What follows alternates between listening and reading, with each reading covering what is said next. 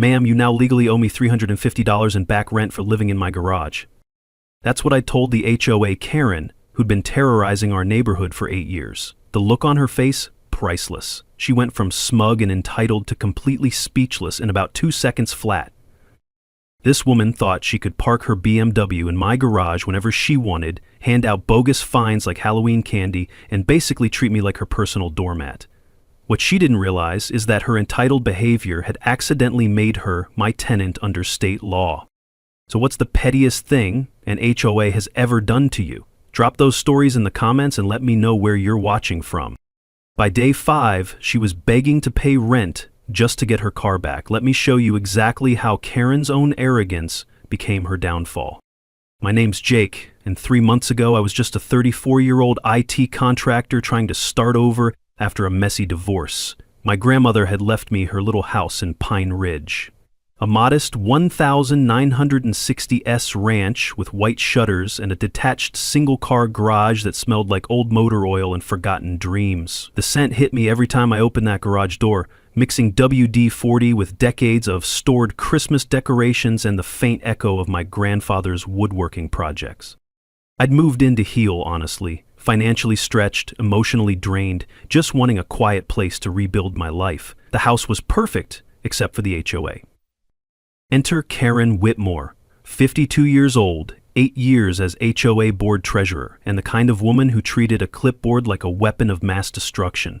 She drove a white BMW X5 that she kept spotless, lived in the biggest house on our block, and had this perfectly styled bob that never moved, even in hurricane-forced winds. I swear that woman's hair had its own structural engineering degree. But here's what made Karen dangerous. She didn't just enforce HOA rules, she weaponized them. And she had a pattern. Ask anyone in Pine Ridge who'd been targeted by Karen's enforcement campaigns, and you'd notice something interesting. Single parents, elderly folks on fixed incomes, the young Hispanic family with kids who played too loudly. Anyone who didn't fit Karen's vision of suburban perfection got the treatment. My first real encounter with Karen happened on day 3 after moving in. I'm working from home, trying to focus on debugging some client's network issues, when I hear the distinctive purr of her BMW pulling into my driveway. No big deal, right? Maybe she's being neighborly, bringing a welcome basket or something. Right? I walk outside and find her BMW sitting in my garage, not near it, not beside it, inside it. She's standing there in her designer jeans and crisp white blouse, clutching that damned clipboard, looking at me like I'm the one who's lost. "Excuse me," I say, trying to be polite because I'm new and don't want neighborhood drama. "That's my garage." She looks up from her clipboard, and I can smell her perfume from 10 feet away, this overwhelming floral assault that probably costs more than my monthly grocery budget. "Emergency HOA meeting," she says, like that explains everything. "Your driveway was closest." The audacity was breathtaking. "I need to get my tools out for a client job. Could you please move your car?" Karen's heels click against the concrete as she walks past me, completely ignoring my request. "I'll move it when I'm good and ready," she says over her shoulder. "Maybe you should learn to be more community-minded." And just like that, she was gone, leaving her BMW in my garage like she owned the place. 6 hours. 6 hours her car sat there while I couldn't access my camping gear, my toolbox, anything I'd stored in there. I had to reschedule a client appointment because I couldn't get to my equipment. When Karen finally came back, no apology, no acknowledgement. She acted like she was doing me a favor by removing her car from my property. That night, I stood in my grandmother's kitchen, looking at her old photo on the windowsill, feeling like I was already failing her memory. She'd been tough, the kind of woman who'd fought the city council to get streetlights installed on our block back in the 80s. What would she think of her grandson getting pushed around by some HOA queen with a superiority complex? The crunching sound of gravel under Karen's tires as she'd finally pulled away kept echoing in my head. That sound, combined with the lingering chemical sweetness of her perfume in my garage, told me everything I needed to know about my new neighbor. This wasn't over. Karen had just declared war, and she had no idea she'd picked the wrong target. The next morning, I wake up to find 3 bright yellow violation notices taped to my front door like some kind of suburban scarlet letter. My coffee was still brewing when I peeled them off, and the morning dew made the ink slightly smudged. but not smudged enough to hide what Karen had done. Violation number 1, unapproved mailbox color. Apparently my grandmother's black mailbox violated some obscure covenant about earth tone coordination with neighborhood aesthetic standards. $50 fine. Violation number 2, excessive window coverings. My bedroom blinds were supposedly non-compliant with community visibility requirements. Another $50. Violation number 3, improper trash bin placement. My garbage can was allegedly positioned 4 inches too close to the street. You guessed it, $50 more. Each violation came with a crisp 10-day correction period and a handwritten note in Karen's perfect cursive. Welcome to the neighborhood. We maintain standards here. The passive-aggressive smiley face she'd drawn at the end made my blood pressure spike. Here's the thing about revenge. It's best served with a side of documentation. So instead of storming over to Karen's house like she probably expected, I fired up my laptop and started digging. The mechanical clicking of my keyboard at 7 in the morning probably annoyed my neighbors, but I was on a mission. First discovery: Karen had filed all 3 violations on the same day as our garage incident. Not suspicious at all, right? Second discovery: according to the HOA management company's online portal, board members needed a majority vote before issuing citations. Karen's violations? Filed unilaterally, no board approval documented anywhere. But here's where it gets interesting. I called the HOA management company directly, and after 20 minutes of hold music that sounded like elevator jazz mixed with someone's fever dream, I got connected to a tired-sounding woman named Beth. Hi, I'm calling about some violation notices I received. I wanted to confirm the filing procedures. Oh, sure, honey, what's your address? I give her my address, and I hear typing in the background. That's interesting, Beth says, and I can hear her frowning through the phone. These violations were filed by Karen Whitmore, but there's no record of board approval. Actually, looking at her filing history, this is a pattern. My coffee went cold as Beth explained that Karen had been issuing unauthorized violations for months, maybe years. The management company had been processing them automatically, assuming board approval existed. But when they started auditing files after some resident complaints, they discovered Karen had been operating like her own personal citation machine. So these violations are invalid? I asked. Technically, yes, and if you want my unofficial advice, request receipt documentation for every HOA fine you pay. Many board members pocket that cash instead of putting it in community funds. Knowledge nugget number 1, folks. Always demand itemized receipts for HOA fines and verify board approval through your management company. Unauthorized citations are more common than you'd think. But Karen wasn't done with me. Oh no, this was just the opening act. That afternoon, I'm drafting a polite but firm email to the HOA board demanding dismissal of Karen's bogus violations when I hear that familiar BMW purr in my driveway. I look out my window, and there she is again, pulling straight into my garage like she owns the place. This time, she doesn't even pretend there's an emergency. She just parks, gets out, and leaves another handwritten note under my windshield wiper. Complaints will be noted in your permanent file. Community cooperation is expected. The audacity was honestly impressive. Here I am, documenting her violation of actual laws, and she responds by violating my property again while threatening me with some imaginary permanent file like we're in elementary school. But Karen had made a crucial mistake. See, I'd installed a security camera system the day after moving in. Nothing fancy, just some basic wireless cameras I picked up online. The footage of her first garage invasion had been useful for my own records, but this second incident? This was pure gold. I now had documented proof of trespassing, evidence of retaliatory harassment, and a clear pattern of Karen treating my private property like her personal parking garage. More importantly, I had timestamps showing she was using my garage space without permission while simultaneously filing bogus violations against me. That night, I sat in my grandmother's old recliner, going through my footage and documentation. The leather was worn smooth from decades of use, and it still smelled faintly of her lavender soap. I could almost hear her voice. Jake, honey. Bullies only understand one language, strength. The coffee rain stains on my laptop screen from days of late-night research couldn't hide the truth staring back at me. Karen thought she was playing chess while I was playing checkers. Little did she know, I was about to change the entire game. 2 days later, Karen decided to call in reinforcements, and by reinforcements, I mean her little circle of HOA cronies, 3 other wives who apparently had nothing better to do than terrorize their neighbors for sport. First came Linda, Karen's lieutenant, driving a silver Lexus and carrying what looked like an official inspection checklist. She spent 20 minutes walking around my property, taking photos of my lawn with a dedication of a crime scene investigator.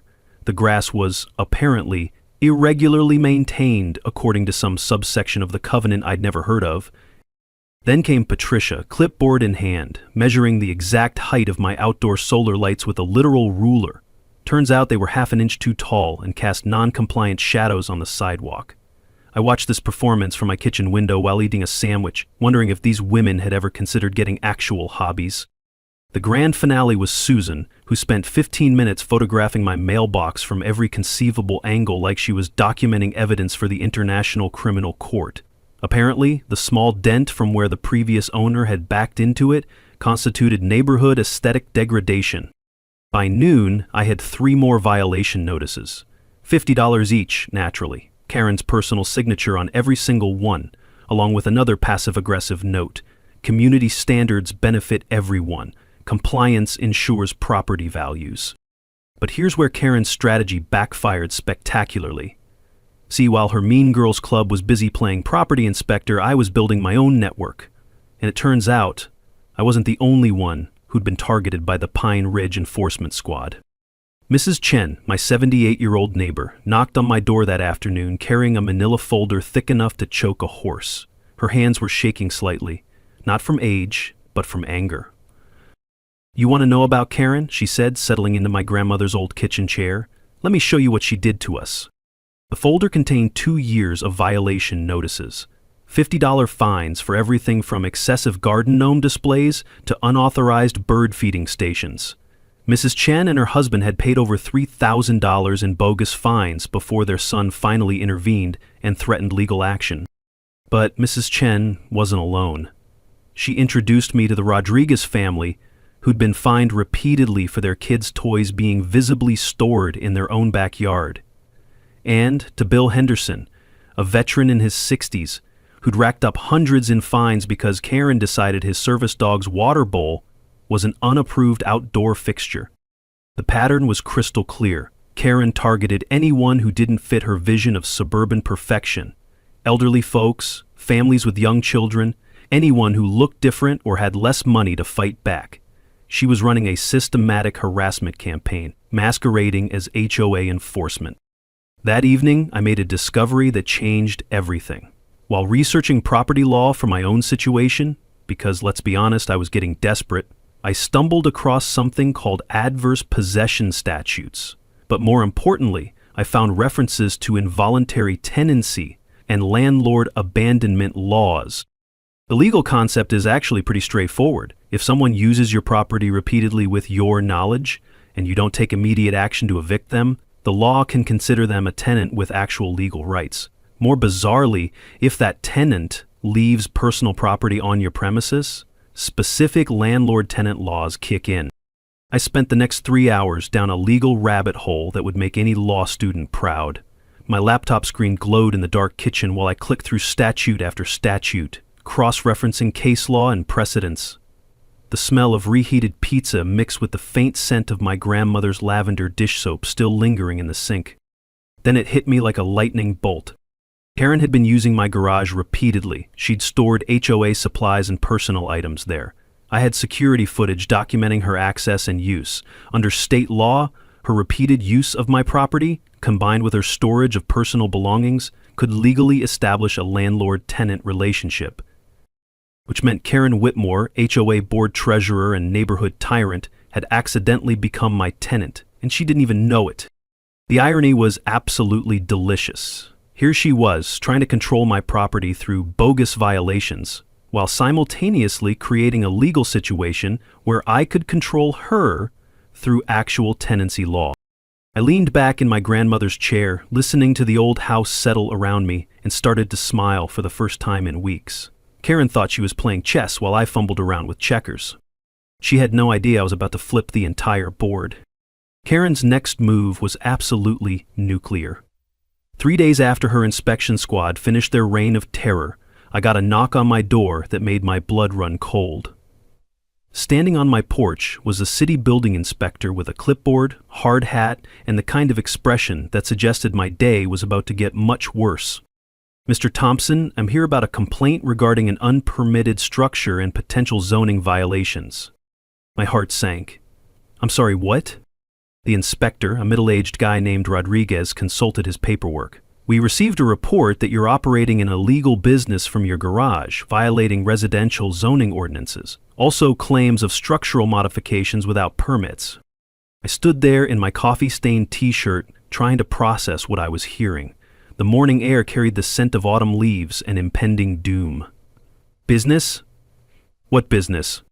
"IT consulting, according to the complainant. Report says you've made unauthorized modifications, including additional electrical work and ventilation systems." The pieces clicked together like a puzzle made of pure malice. Karen had called the city, fabricated lies about me running a business from my garage, and was trying to get my property re-tagged. This woman had escalated from petty HOA harassment to potentially making my home uninhabitable. But here's the thing about being an IT guy, we're really good at documentation. "Can I ask who filed the complaint?" I said, already knowing the answer. Rodriguez flipped through his papers. "Karen Whitmore, HOA board member. She provided quite a detailed report with photos and timestamps." Of course she did.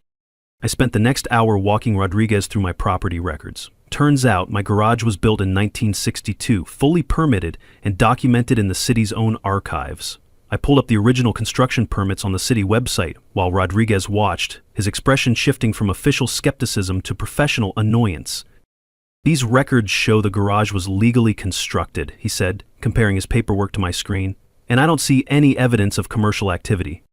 Then I showed him something that made his jaw tighten. Karen's complaint contained multiple demonstrably false statements. Not just wrong, but intentionally fabricated. She'd claimed I'd added electrical outlets for industrial equipment when the outlets were original to the 1962 construction.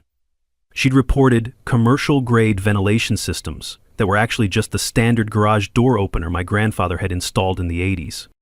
"Mr. Thompson," Rodriguez said, closing his folder with a decisive snap that echoed in the quiet garage, "filing false reports with the city is a serious matter. This complaint appears to contain multiple deliberate inaccuracies." But Karen wasn't done. While Rodriguez was finishing his inspection, guess whose white BMW came purring into my driveway? Karen herself, probably expecting to watch my garage get condemned. Instead, she walked into a scene where a city inspector was documenting her false statements. "Mrs. Whitmore," Rodriguez called out as Karen approached, "I need to ask you about this report you filed." The color drained from Karen's face faster than water down a drain. "Oh, well, I was just concerned about community safety and property values. Your report claims unauthorized electrical work, but city records show all electrical was installed during original construction. You also reported commercial ventilation that doesn't exist. Can you explain these discrepancies?" Karen started stammering about just trying to help and maintaining community standards, but Rodriguez wasn't buying it. He explained that false reports waste city resources and can result in financial penalties.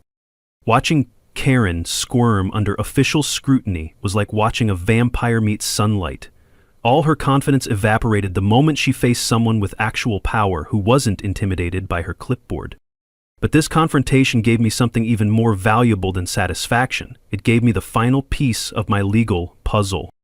That night, I called my buddy Rick, a lawyer who owed me a favor from when I'd fixed his office network during their ransomware crisis. I explained Karen's escalating harassment pattern, her repeated unauthorized use of my garage, and her attempts to damage my property. "Jake," Rick said after listening to my story, "what you're describing sounds like she might have accidentally created a landlord-tenant relationship. How's that work?" "She's been using your garage repeatedly, storing her stuff there, treating it like her own space. If you can document consistent use over time, there's legal precedent for involuntary tenancy." My heart started racing. What would that mean? It means she could legally be your tenant, you could demand back rent, establish formal lease terms, or initiate eviction proceedings. Document everything because this could get very interesting. I hung up and looked around my grandmother's kitchen, feeling her fighting spirit coursing through my veins. The scent of her old lavender soap still lingered faintly, mixing with the smell of cold pizza I'd forgotten on the counter. Karen thought she could destroy my life with lies and intimidation. She had no idea she'd just handed me the keys to her own downfall. The next morning, I sat in Rick's cramped law office that smelled like old leather and fresh coffee, watching him flip through printouts of my security footage and documentation. His desk was covered with law books and empty energy drink cans. "Jake, this is actually incredible," Rick said, pushing his glasses up his nose. "Karen's repeated use of your garage absolutely meets the criteria for involuntary tenancy under state law." He pulled out a thick legal manual and started reading. "Look at this. When an individual uses private property repeatedly with the owner's knowledge, stores personal belongings on said property, and establishes a pattern of regular access, the law may recognize an implied landlord-tenant relationship." My coffee cup paused halfway to my lips. "Are you saying what I think you're saying?" "I'm saying Karen Whitmore has been your unauthorized tenant for 6 weeks, and she doesn't even know it." Rick grinned like a shark. "Better yet, she's been storing HOA supplies in your garage. Under landlord-tenant law, that's abandoned property if she leaves it without paying rent." The legal implications hit me like a freight train. "So what does that mean?" Rick started counting on his fingers. "First, you can demand back rent for her use of the space. Fair market rate for garage storage is about $150 a month. She's been using your garage for 6 weeks, so that's roughly $225 in back rent. But wait, there's more," he continued. "Late fees, inconvenience charges, and utility costs bring her total debt to around $350. And here's the beautiful part. As her landlord, you have legal rights to secure the property if rent isn't paid." My head was spinning. Secure the property? You can legally lock the garage with her stuff inside until she pays what she owes. It's called a landlord's lien. And if she doesn't pay within the statutory notice period, you can dispose of the abandoned property. The irony was perfect. Karen had been using my garage like she owned it, treating me like some powerless victim. Instead, her entitled behavior had accidentally made her my tenant with real legal obligations. "But here's the most beautiful part," Rick said. "Look at your security footage timestamps. Karen's been accessing your garage using her own key." I blinked. Her own key? She had to get that key somewhere. Either she made an unauthorized copy or someone gave her access. Either way, it proves she's been treating your garage like her personal storage unit. Rick pulled out a legal form and started writing. "We're going to serve her with a formal notice of tenancy and rent demand. Certified mail, completely by the book. She'll have 7 days to respond after receiving notice." The smell of his coffee mixed with musty law books as Rick explained the timeline. "She can pay the back rent and establish a formal lease, dispute the tenancy claim in court, or face eviction proceedings. And she ignores it? Then we file for eviction, and her BMW becomes collateral for unpaid rent." Rick's grin got wider. "Jake, she walked right into the most perfect legal trap I've ever seen." I sat there in stunned silence, feeling like I'd discovered I'd been playing chess while thinking it was checkers. Karen's harassment, her garage use, her storage of items, it had all been building toward this moment where her behavior gave me legal power over her. Knowledge nugget number 2. Property law is complex, but repeated use of someone's space with storage of personal items can create involuntary tenancy relationships that give landlords significant legal rights. Rick handed me the completed notice. "Welcome to being Karen's landlord, Jake. Something tells me she's not going to take this well." Over the next 3 days, I assembled what I like to call my Justice League, a ragtag team of neighbors who'd been waiting years for someone to finally stand up to Karen's reign of terror. First recruit, Mrs. Chen, who showed up at my door with a manila folder thick enough to stop a bullet, and eyes that sparkled with the kind of revenge only a 78-year-old grandmother can properly execute. "Jake, honey," she said, settling into my kitchen, "I've been keeping records for 2 years. Karen targeted my rose garden, my bird feeders, even my grandson's bicycle. Time to use this." Mrs. Chen's documentation was incredible. Photos, timestamps, copies of every bogus violation notice. She'd even recorded some of Karen's aggressive confrontations on her phone. The woman was basically a one-person surveillance operation disguised as a sweet elderly neighbor. Next came the Rodriguez family, Maria and Carlos, along with their 8-year-old twins who'd been fined repeatedly for having the audacity to own toys. Carlos worked in construction and understood property law better than most lawyers. "Man, what you're doing is genius," Carlos said, reviewing Rick's legal strategy. "Karen's been acting like she owns everyone's property. Time she learned about actual ownership rights." Maria pulled out her own folder. She fined us $200 last month because Elena's chalk art was defacing community sidewalks. It was hopscotch squares. Then there was Bill Henderson, the 63-year-old veteran whose service dog had been declared an unapproved outdoor fixture by Karen's twisted interpretation of HOA rules.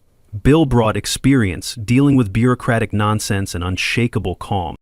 "Son," Bill said, examining Rick's legal paperwork, "this is the most beautiful thing I've ever seen. You're using her own weapons against her." My secret weapon was Rick's legal expertise. He spent hours walking us through landlord-tenant law, explaining our rights and Karen's obligations in simple terms. "Here's the beautiful thing about involuntary tenancy," Rick explained to our group gathered in my living room. "It's not some obscure legal loophole. It's established law designed to protect property owners from exactly this situation." He pulled out a whiteboard and started drawing diagrams. Step 1, serve the notice of tenancy via certified mail. Step 2, wait for Karen's response. Step 3, document everything she does afterward. The technical preparation was where my IT background really shined. I upgraded my security camera system, installed audio recording capabilities, and set up automatic cloud backup. Every interaction with Karen would be documented in high definition with crystal clear audio. Knowledge nugget number 3, when dealing with property disputes, comprehensive documentation trumps everything. Courts love timestamps, video evidence, and certified mail delivery confirmations. Mrs. Chen suggested we coordinate our response. If Karen retaliates against Jake, she'll probably escalate her harassment of all of us. We need to be ready. So we created a neighborhood communication network, group text messages, shared photo folders, coordinated documentation. If Karen tried to target any of us, the others would immediately start recording. Carlos came up with the brilliant idea of researching fair market rental rates. If this goes to court, you want rock solid numbers. I know 3 different storage facilities we can get quotes from. We discovered that garage storage space in our area rented for between $140 and $160 per month. Karen's 6 weeks of usage, plus late fees and utility costs, easily justified the $350 demand Rick had calculated. Bill suggested we research Karen's own property for potential violations. "Know your enemy," he said with military precision. "If she wants to play by HOA rules, let's make sure she's following them herself." That investigation was enlightening. Karen's own property had at least 4 violations she'd somehow never cited herself for. An unapproved garden shed, outdoor lighting that exceeded height restrictions, and a mailbox that didn't match the approved color palette. The psychological preparation was just as important. Rick coached me on staying calm during confrontations, documenting everything, and never losing my temper, no matter how outrageous Karen's behavior became. "She's going to escalate when she gets this notice," Rick warned. "Expect the absolute worst behavior you've ever seen from her. But that's actually good. The more unhinged she gets, the better your case becomes." Mrs. Chen patted my hand with the confidence of someone who'd raised 6 children. "Honey, bullies like Karen have been getting away with their behavior for so long, they've forgotten that actions have consequences. Time to remind her." As we finished our planning session, I looked around my grandmother's living room at this unlikely alliance. The late afternoon sunlight streamed through the windows, highlighting the dust motes dancing in the air and the determined expressions on everyone's faces. Karen had spent years dividing and conquering this neighborhood through fear and intimidation. She was about to discover what happens when her victims finally unite and fight back with actual legal weapons. The certified mail notice was delivered on a Tuesday morning at 9:47 a.m. I know this because Karen's reaction was so spectacular that 3 different neighbors texted me the exact timestamp of when she started screaming in her driveway. The notice was beautiful in its simplicity. Official letterhead, legal language, and a clear message. Notice of landlord-tenant relationship and demand for rent. Rick had crafted it perfectly, explaining that Karen owed me $350 for her unauthorized garage use. Karen's first response came exactly 43 minutes after delivery. I was working when I heard her BMW screech into my driveway with the fury of a woman whose worldview had just shattered. The pounding on my door sounded like someone trying to break it down. I calmly activated my security cameras, made sure my phone was recording, and opened the door to find Karen's face contorted in a shade of red I didn't know was humanly possible. "This is harassment," she shrieked, waving the legal notice like it was on fire. "This is frivolous. This is insane." "Good morning, Karen," I said with practiced calm. "I see you received the notice. You have 7 days to respond according to state law. You can't just declare me your tenant. That's not how this works." I pulled out my phone and showed her security footage of her repeated garage use. "Actually, Karen, that's exactly how involuntary tenancy law works. You used my property repeatedly, stored your belongings there, and established a pattern of access." Watching Karen's entitled confidence crumble was like watching a controlled demolition. She'd spent so long bullying people who didn't know their rights that she'd never encountered someone who actually understood the law. It was emergency parking," she stammered. 23 separate occasions over 6 weeks, I replied, consulting my documentation. "That's not emergency parking, Karen. That's regular use of private property without permission." Karen's voice reached a pitch that probably scared neighborhood dogs. "I'll sue you. I'll have you arrested. I'll get you kicked out of this neighborhood." "Feel free to call the police," I said, gesturing to my security cameras. "I'm sure they'd be interested in reviewing the footage of your repeated trespassing." That's when Karen made her first critical error. Instead of walking away to consult a lawyer, she decided to escalate. Right there in front of my cameras, with perfect audio recording, she made threats that would look horrible in court. "You have no idea who you're messing with," she snarled. "I have connections. I'll make your life hell. I'll have city inspectors here every week." I just smiled and held up my phone. "All being recorded, Karen, but please continue." The realization that she was being documented hit her like a slap. For just a moment, her mask slipped completely, and I saw the real Karen, not the confident HOA enforcer, but a petty tyrant who'd never been challenged. But Karen wasn't done. Over the next 3 days, she launched a desperate scorched earth campaign. She filed complaints with the city about my illegal parking structure. She reported my security cameras as privacy violations. She even called the fire department, claiming my garage was a fire hazard.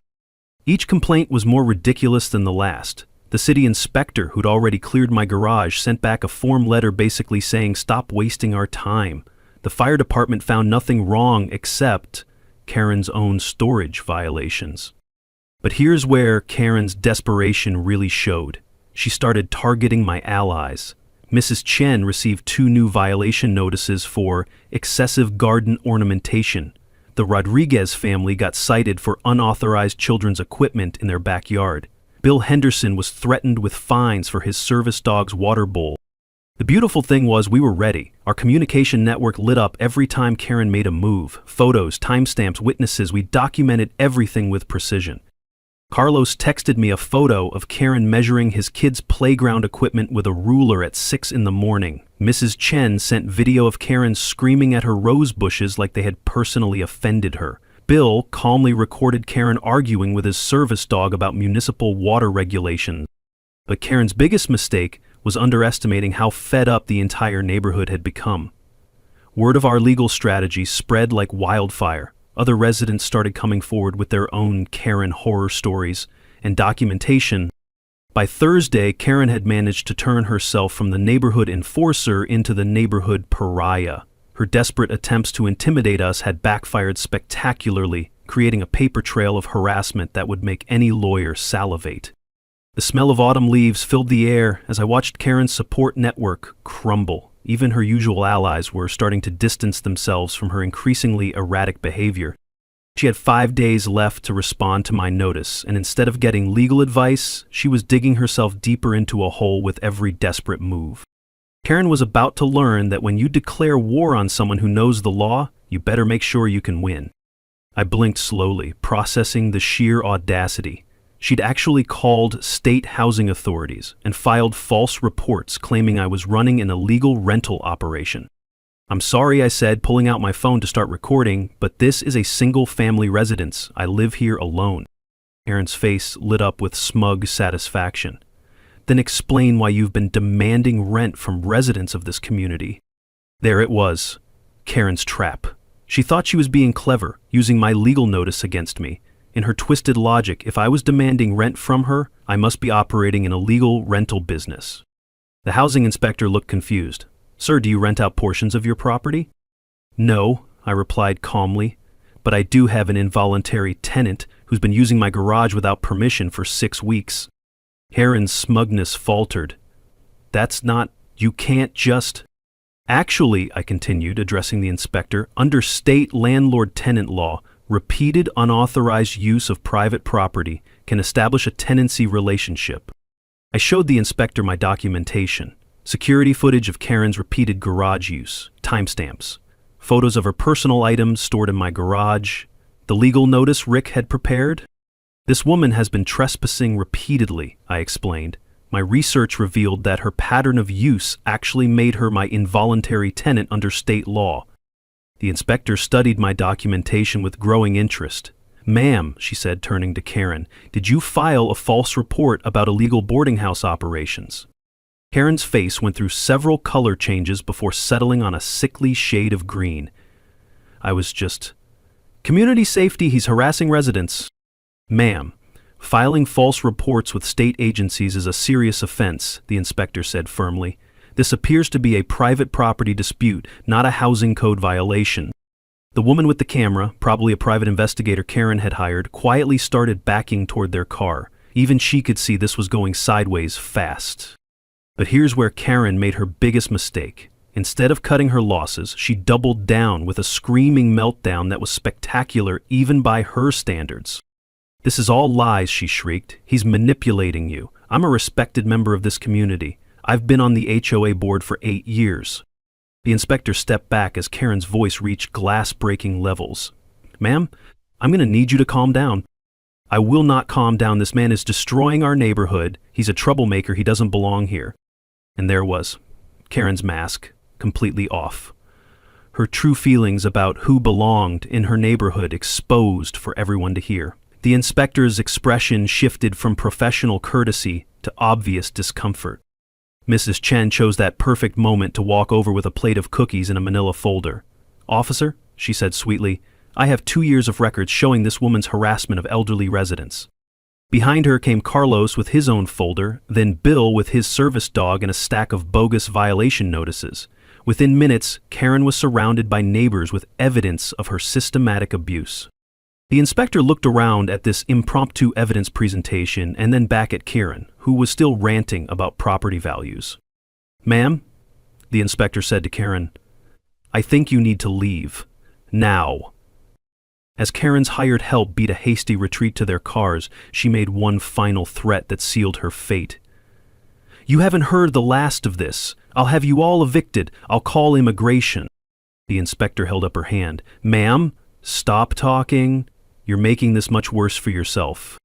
Karen finally seemed to realize she was standing in a hole she dug herself, surrounded by witnesses and recording devices, having just threatened multiple residents with harassment based on perceived immigration status.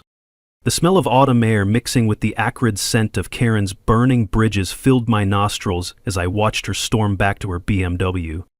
She had less than 48 hours left to respond to my legal notice, and instead of hiring a lawyer, she'd just created enough evidence to bury herself in court. Sunday evening arrived with the finality of a judge's gavel. Karen had exactly 12 hours left to respond to my legal notice, and instead of paying or negotiating, she'd chosen the nuclear option, calling an emergency HOA board meeting to address the crisis threatening our community.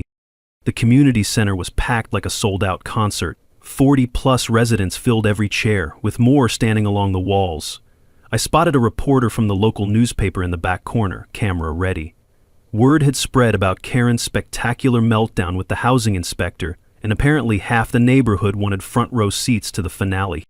Karen sat at the head table with the remaining 3 board members, looking like a general preparing for her last stand. Her perfectly styled hair was showing stress cracks, and her usual confident smile had been replaced by the tight-lipped expression of someone who knows they're about to face a firing squad. This emergency meeting, Karen announced, her voice echoing through the room with forced authority, has been called to address the disruptive and litigious behavior that's threatening the very foundation of our community. She gestured dramatically in my direction. Jake Thompson has been harassing board members, filing frivolous legal claims, and attempting to extort money from longtime residents through intimidation tactics. A murmur ran through the crowd. Karen was playing to her base, trying to frame this as a community Vesser outsider narrative, but she'd made one crucial miscalculation. She didn't know about our documentation network. I stood up slowly, Rick beside me, with a briefcase full of evidence. May I respond to these allegations? Karen's smile was venomous. Mr. Thompson, this is a closed board meeting. Residents may observe but not participate unless invited to speak. Actually, said board member Patricia Martinez, who'd clearly grown tired of Karen's power trips. Any resident has the right to address the board during emergency meetings. It's in our bylaws. Karen's face flushed red, but she couldn't argue with her own rules. Fine, but keep it brief. I walked to the front of the room, feeling every eye on me. The fluorescent lights hummed overhead, mixing with the nervous energy of 40 neighbors who'd been waiting years for this moment. Thank you, I began, pulling out my phone. I'd like to start by playing some audio from Friday's incident with the state housing inspector. The room went dead silent as Karen's voice filled the speakers. I will not calm down. This man is destroying our neighborhood. He's a troublemaker. He doesn't belong here. Then came the immigration threats, crystal clear and high-definition audio. The room collectively winced as they heard their HOA treasurer threatening residents based on perceived immigration status in front of a government official. That's taken out of context, Karen shrieked, jumping to her feet. I was defending our community. From what? I asked calmly. From me legally demanding rent for your unauthorized use of my garage? I pulled out Rick's legal documentation and began reading. Karen Whitmore has used my garage without permission on 23 documented occasions over 6 weeks. She's stored personal belongings and HOA supplies on my property. Under state landlord-tenant law, this establishes an involuntary tenancy relationship. The crowd was hanging on every word. Mrs. Chen stood up in the back, holding her manila folder like a weapon. May I add something? She called out sweetly. Karen looked panicked. This isn't the time. Let her speak, said board member David Kim, who'd apparently decided Karen had dug her own grave deep enough. Mrs. Chen walked to the front with the practiced grace of someone who'd testified at city council meetings for decades. I have 2 years of documentation showing Karen's systematic harassment of elderly residents, families with children, and anyone she decided didn't belong in this neighborhood. She opened her folder and began reading violation notices, excessive garden gnome displays, unauthorized bird feeding stations, improper cultural decorations during holiday celebrations. The crowd was getting restless. People were whispering, pointing, clearly recognizing their own harassment experiences in Mrs. Chen's testimony. Carlos Rodriguez stood up next.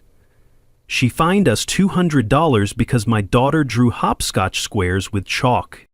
Bill Henderson's voice carried from the back. She tried to make me pay $50 because my service dog's water bowl was an unapproved outdoor fixture. One by one, residents began standing up and sharing their Karen stories. The floodgates had opened, and 8 years of suppressed anger and frustration came pouring out. Karen tried desperately to regain control. This is character assassination. I've served this community faithfully for 8 years. That's when the reporter spoke up. Mrs. Whitmore, can you comment on the false reports you filed with city and state agencies? The room erupted. Cameras were flashing. Neighbors were shouting questions. Karen looked around wildly, realizing she was completely surrounded by hostile witnesses and documentation of her abuse. Board member Martinez called for order. Given the allegations presented tonight, I motion for Karen Whitmore's immediate suspension from the HOA board, pending a full investigation. Seconded, said Kim immediately. All in favor? Martinez called. 3 hands shot up instantly. Karen's hand remained conspicuously down. Karen stood there for a moment, surrounded by the ruins of her suburban kingdom, looking like a dictator who just realized the revolution had succeeded. This isn't over, she said quietly, but her voice carried no authority anymore, just the hollow desperation of someone who'd lost everything. As Karen gathered her things and walked toward the exit, Rick leaned over and whispered the perfect mic drop line. Mrs. Whitmore, you have until midnight to pay the $350 in back rent, or we file eviction proceedings first thing Monday morning. The sound of her heels clicking on the linoleum floor echoed through the silent room as Pine Ridge's 8-year reign of terror finally came to an end. At 11:47 p.m. that Sunday night, exactly 13 minutes before my legal deadline, I heard the familiar purr of Karen's BMW pulling into my driveway one last time. But this wasn't the entitled Karen who'd first invaded my garage months ago. This was the broken woman, clutching an envelope like it contained her soul. Through my security cameras, I watched her walk slowly to my door, her perfect posture, finally showing the weight of her spectacular downfall. The knock was soft, almost apologetic. When I opened the door, Karen stood there with red-rimmed eyes and an envelope in her trembling hand. "The money?" she said quietly, not meeting my eyes. $350, cash. I opened the envelope and counted the bills. All there, down to the last dollar. "Thank you, Karen. This settles your back rent." She nodded stiffly and turned to leave, but then stopped. For just a moment I thought she might apologize or acknowledge the damage she'd caused. Instead, she said, "You won't be seeing me anymore. I'm moving to Florida next month." And just like that, Karen Whitmore disappeared into the night, leaving Pine Ridge forever. The immediate aftermath was like watching a neighborhood wake up from a bad dream. Within 48 hours of Karen's resignation, the HOA board called an emergency audit of all fines collected over the past 2 years. They discovered Karen had pocketed over $4,000 in unauthorized citations, money that legally belonged to the community fund. The management company immediately refunded every bogus fine Karen had issued. Mrs. Chen got back her $3,000. The Rodriguez family recovered their $200. Bill Henderson was refunded for his service dog violations. Even I got back the $150 Karen had tried to extort from me with her fake violations. But the real transformation was in the community itself. With Karen gone, neighbors started talking to each other again. Kids played in their yards without fear of violation notices.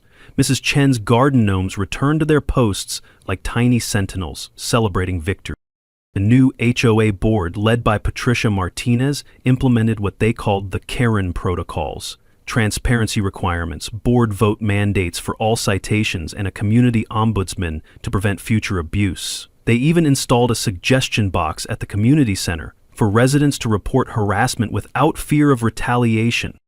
3 weeks after Karen's departure, something beautiful happened. I was working in my garage finally and completely mine, when Mrs. Chen knocked on the door. "Jake, honey," she said, carrying a plate of homemade cookies that smelled like heaven, "we're organizing a block party for next Saturday. Will you help?" That block party became the first annual Pine Ridge Community Festival. 50 families showed up. Carlos brought his famous barbacoa. Bill's service dog got belly rubs from a dozen kids. Even the reporter from the local newspaper came back to write a follow-up story about neighborhood healing. But the best part? We raised enough money to install a playground where Karen's beloved aesthetic standards once prohibited children's laughter. The kids love it, and their happy screams echo through the neighborhood every afternoon like a symphony of freedom. 6 months later, I got a call from a lawyer in Tampa. Apparently, Karen had tried her old tricks in her new Florida community, targeting an elderly Cuban family with bogus violations. But this time, her victims were ready. They'd found my story online and used my legal strategy to turn the tables on her. "Involuntary tenancy," the lawyer chuckled over the phone. "Brilliant strategy. Karen's been their tenant for 2 months and doesn't even know it yet." Some things never change. As for me, I started a small consulting business, helping other communities deal with HOA abuse. Turns out, there are Karens everywhere, and most people don't know their rights. My website, fightyourhoa.com, gets thousands of visits from desperate homeowners looking for hope. Knowledge nugget number 4. Community bullies rely on isolation and ignorance, but when neighbors unite and understand their legal rights, even the most entrenched tyrants can be defeated. Every morning I still have my coffee in my grandmother's kitchen, looking at her photo on the windowsill. But now, I'm not failing her memory. I'm honoring it. She'd be proud to know her grandson learned to fight City Hall, or in this case, HOA hell. The garage still smells like motor oil and forgotten dreams, but now it also holds the sweet scent of victory. Karen's BMW may be gone, but the legal precedent remains. Park in someone's garage long enough, and you might just become their tenant. So what's the pettiest thing an HOA has ever done to you? Drop your stories in the comments below. I read every single one, and sometimes they become case studies for my consulting work. And hey, if you enjoyed watching Karen get her comeuppance through the power of actual law, hit that subscribe button and ring the notification bell. Next week, I'm telling you about the Walmart manager who tried to make company policy disappear, a Karen who wanted to return a turkey skeleton on Black Friday. Trust me, you won't want to miss that one.